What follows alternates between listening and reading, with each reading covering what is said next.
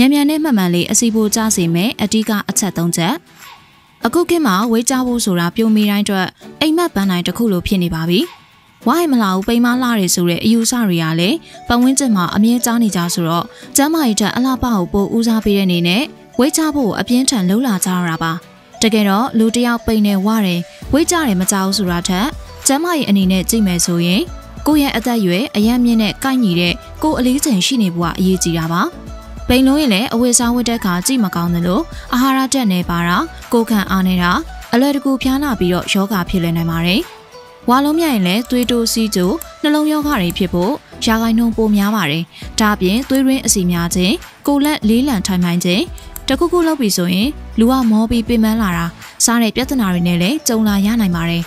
ဒါကြောင့်ယောက်ျားလေးပဲဖြစ်စေမိန်းကလေးပဲဖြစ်စေကိုယ်အသက်အရွယ်နဲ့ကိုက်ညီတဲ့ကိုယ်လေးချိန်ကိုထိန်းထားတာအကောင်းဆုံးပဲဖြစ်မှာပါဒါဆိုရင်တော့ကိုယ်လေးချိန်များလုံးလို့ရှော့ချဖို့စဉ်းစားနေတဲ့သူတွေအတွက်နေ့စဉ်လိုက်နာတဲ့အချက်3ချက်ကိုပြောပြပေးစင်ပါတယ်ဒီချက်ကဝေးချခြင်းသူတိုင်းသိထားတဲ့လို့နေတိုင်းသေချာလေးလုပ်ပေးမယ်ဆိုရင်မှန်မှန်နဲ့မြန်မြန်ဝေးချနိုင်တယ်လို့ကျန်းမာရေးလည်းဘေးထွက်ဆိုးကျိုးဖြစ်စေမှာမဟုတ်ပါဘူးနံပါတ်1ကာဗွန်ဟိုက်ဒရိတ်ကိုရှောင်ပ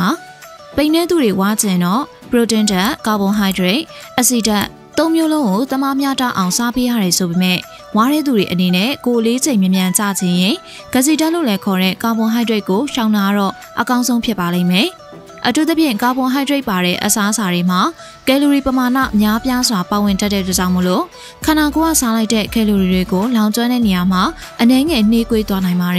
်ဒါ့အပြင်ကာဗွန်ဟိုက်ဒရိတ်ပါတဲ့အစားအစာတွေကဘိုင်းဝါနေတဲ့တိုင်အောင်လူတွေရဲ့အစာစားခြင်းစိတ်ကိုနှိုးဆွနေသေးတာကြောင့်ခန္ဓာကိုယ်ကခြေပြတ်နိုင်တဲ့ပမာဏထက်အလွန်ကျွံစားမိတဲ့အခါမှာကယ်လိုရီပိုရှမ်းမှုဖြစ်ပြီးတော့အဝါလွန်လာတာပါဒါကြောင့်မလို့ကစီဓာတ်ကာဗွန်ဟိုက်ဒရိတ်များလုံးနဲ့အစားအစာတွေဖြစ်တဲ့အာလူကစုံဥအစီမထုတ်ထားတဲ့နွားနို့ရေခဲမုတ်ဆန်လုံးဖြူအစီကျော်ကိတ်မုတ်တကြားတက်ပါဝင်မှုများတဲ့ဆိုရာအေးတွေတကြားလုံးစတွေကိုရှောင်ပေးတာအကောင်းဆုံးပါမဖြစ်မနေစားခြင်းနဲ့ဆိုရင်လည်းတင်းတော်ရုံပမာဏနည်းနည်းလောက်ကိုပဲစားပေးပါနံပါတ်2အစာအာဟာရကိုမျှတစွာစားပါဓာတ်ကြိုက်လို့ဓာတ်ပဲစားမယ်ဟိုကမကြိုက်ရင်လုံးဝမစားအောင်ဆိုတဲ့အကျင့်ကကျန်းမာရေးအတွက်ရောအလားပါအတွက်ပါလုံးဝမကောင်းတဲ့အကျင့်ဆိုတစ်ခုပါအစားအစာတစ်မျိုးစီမှာအဓိကပါဝင်တဲ့အာဟာရဓာတ်တွေပြင်တခြားဗီတာမင်နဲ့သတ္တုဓာတ်တွေလည်းပါဝင်နေပါတယ်ဒီတော့ကိုကအစားအစာတစ်မျိုးမကြိုက်လို့မစားလိုက်တဲ့အခါဒီအာဟာရဓာတ်တွေကိုဘယ်ရနိုင်တော့မလဲတရက်နေ့နေလို့မသိတာပေမဲ့နှစ်ရှည်လာများစွာဒီလိုပုံစံနဲ့စားနေရင်တော့ခန္ဓာကိုယ်ကအာဟာရဓာတ်ချို့တဲ့မှုတွေဖြစ်ပြီးအထက်ကကိုရင်းကလေးစားပါထိခိုက်စေနိုင်ပါတယ်ဒါကြောင့်မလို့နေ့စဉ်အသားဓာတ်အမြင့်ဓာတ်နဲ့ကျန်းမာရေးအတွက်အကျိုးပြုအစီတွေကိုမျှတစွာစားသုံးပေးဖို့အရေးကြီးပါတယ်အသားဓာတ်ကိုတော့ဝက်သား၊ကြက်သား၊အမဲသား၊ငါး၊ကြက်ဥ၊ပဲမျိုးမျိုးကနေရှာနိုင်ပြီးတော့အမြင့်ဓာတ်ကိုတော့ခေါ်ဘီပန်၊ဟင်းနုတွေ၊ခရမ်းကျင်သည်၊တိုက်လန်ရွက်၊ခေါ်ဘီတို့၊ဆက်လက်ရွက်၊တခွားသည်စားတဲ့ဟင်းသီးဟင်းရွက်တွေကနေပြီးတော့ရှာနိုင်ပါတယ်ကျန်းမာရေးအတွက်အကျိုးပြုစီးသန်းတွေကိုတန်လွင်စီ၊အုံစီ၊စောင်းစီမပါထောပတ်တီကနေရှာတဲ့အစီအနည်းအစီများတဲ့ငါးတွေငါးကြီးစီကနေပြီးတော့ရှာနိုင်ပါတယ်နံပါတ်3တပတ်ကိုအနည်းဆုံး3ချိန်4ချိန်ကလုပ်ပါလူတစ်ယောက်ပိန်ချင်းဝခြင်းမှာအစာအာဟာရက60%ပါဝင်နေသလိုကျန်တဲ့40%မှာအားကစားနဲ့4ချိန်ကပါဝင်နေပါတယ်4ချိန်ကလုံးမှသာလူတွေတစ်နေ့စားလိုက်တဲ့အစီတွေကယ်လိုရီတွေကိုလောင်ကျွမ်းစေဖို့နဲ့အထက်ကကိုရင်းကလေးစားတွေကောင်းစွာအလုပ်လုပ်စေဖို့ခန္ဓာကိုယ်ရဲ့ဇီဝကာမဖြစ်စဉ်ပြောင်းလဲမှုတွေကိုမြန်ဆန်စေဖို့ကူညီပေးနိုင်မှာပါ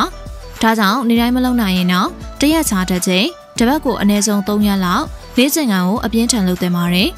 အဲ့လိုလည်းမလုပ်ချင်ဘူးအချိန်လည်းမရှိဘူးဆိုရင်တော့မနက်ကင်းကိုစောစောထပြီးတော့လမ်းလျှောက်တာပြေးတာစပိန်စီတာတရက်တွေမှာရေကူတာဘောလုံးကန်တာဘတ်စကတ်ဘောပုတ်တာယောဂဇွန်မာစတဲ့လေ့ကျင့်ခန်းတွေကိုလည်းလုပ်ပေးလို့ရပါတယ်နောက်ထပ်ပြီးတော့ဂရုစိုက်ပေးဖို့လိုတာတော့အိတ်ချိန်ပါလူတစ်ယောက်ရဲ့အိတ်ချိန်ကတစ်နေ့ကို9နာရီကနေ10နာရီထိရှိဖို့လိုအပ်ပါတယ်ပိန်မှုစူးစမ်းနေသူတွေရောဝါဖို့အတွက်စူးစမ်းနေတဲ့သူတွေပါအိတ်ချိန်ကိုပြည့်ပြည့်ဝဝရရှိမှကိုလိုချင်တဲ့ခန္ဓာကိုယ်အကျိုးစားကိုမြင်မြန်ရနိုင်မယ်ဆိုတာမမေ့ပါနဲ့နော်ကျမ်းမာပျော်ရွှင်ပြီးစိတ်ချမ်းသာစရာကောင်းတဲ့ဘဝနေ့ရက်တွေကိုပိုင်ဆိုင်ရပါစေလို့ဆုတောင်းပေးနေဒီညမှာပဲနှီးကုံချုပ်လိုက်ပါရရှင်